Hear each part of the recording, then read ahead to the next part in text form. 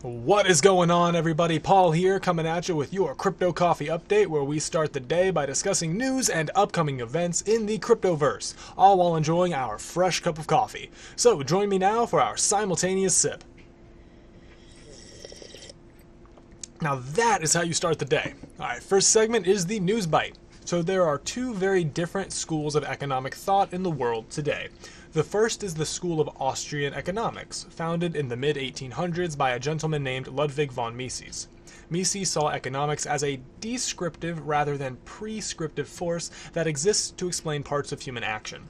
Just like physics doesn't prescribe how a weight should fall, rather it only describes how the weight fell relative to the forces acting upon it. The other school of economic thought is known as Keynesian economics, and it is by far the most prevalent style of economic thought in our world today. This line of thinking was popularized by John Maynard Keynes in the early 1900s and advocates for strong central intervention into the economy to stimulate saving and spending when the powers that be see fit.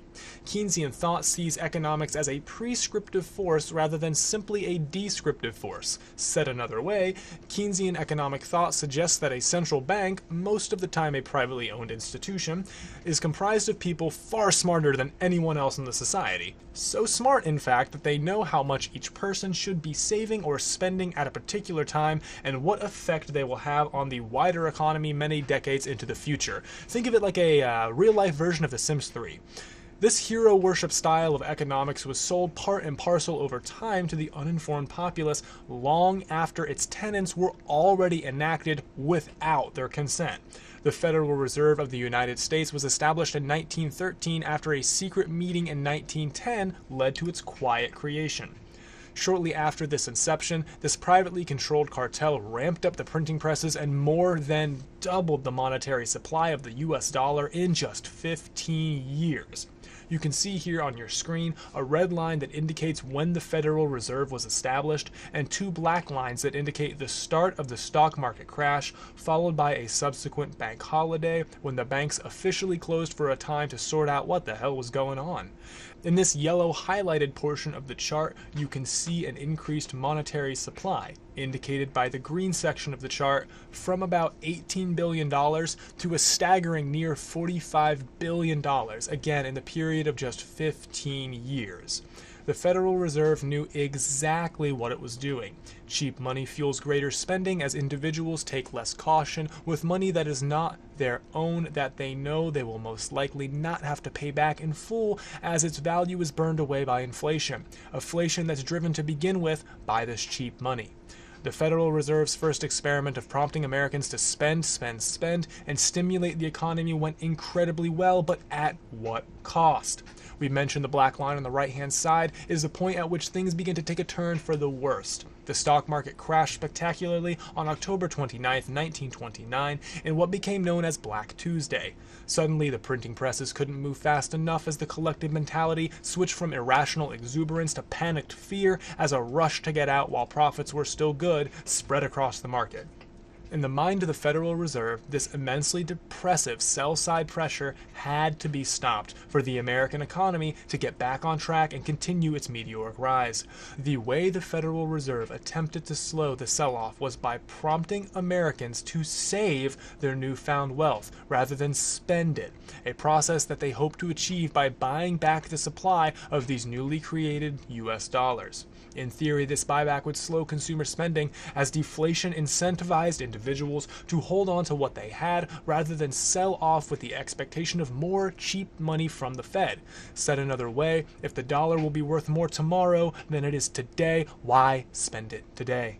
Unfortunately for everyone involved, this worked all too well as spending in the United States ground to a halt, individual spending and business spending alike. With consumers now saving what little they could, enterprise suffered heavily as sales began to drop off.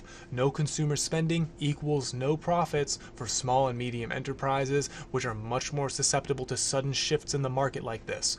Compound this with an individual income tax rate of over 90%, and it's little wonder why the United States economy writhed in agony for the better part of 2 decades before finally restabilizing, if it can even be called such.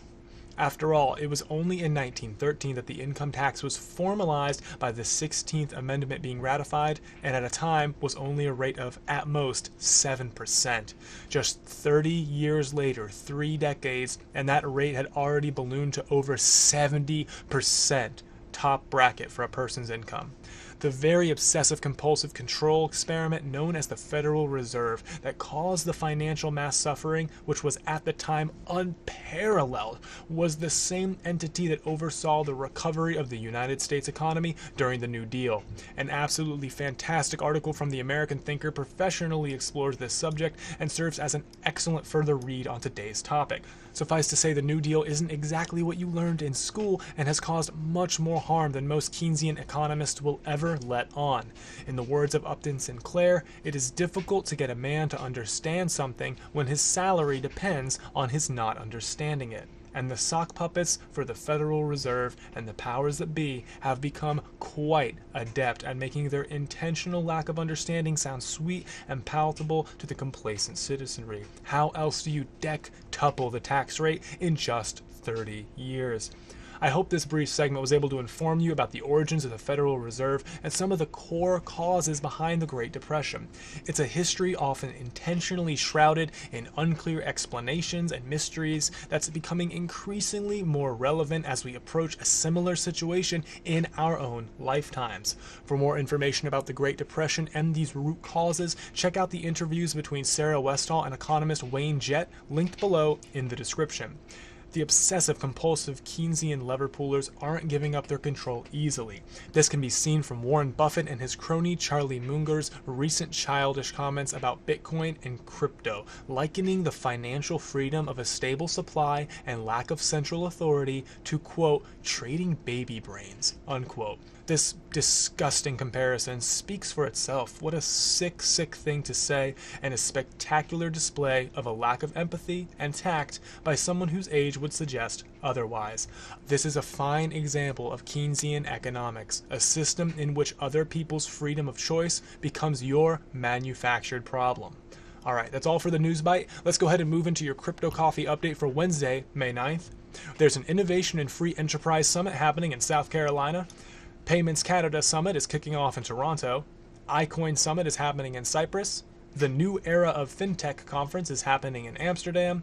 FinTech 020 Global Summit 2018 in Hong Kong. Block Jakarta is happening in, where else? Jakarta, Indonesia. Stratus is launching their ICO platform. Byte is having a meetup in Amsterdam. And Lisk is having a meetup in Germany. For Thursday, May 10th, the Fluidity Summit 2018 is happening in Brooklyn. World Sports Blockchain Forum Summit is having a live stream. Beach Blockchain Summit will be in the Philippines. And Gollum is having a meetup in New York.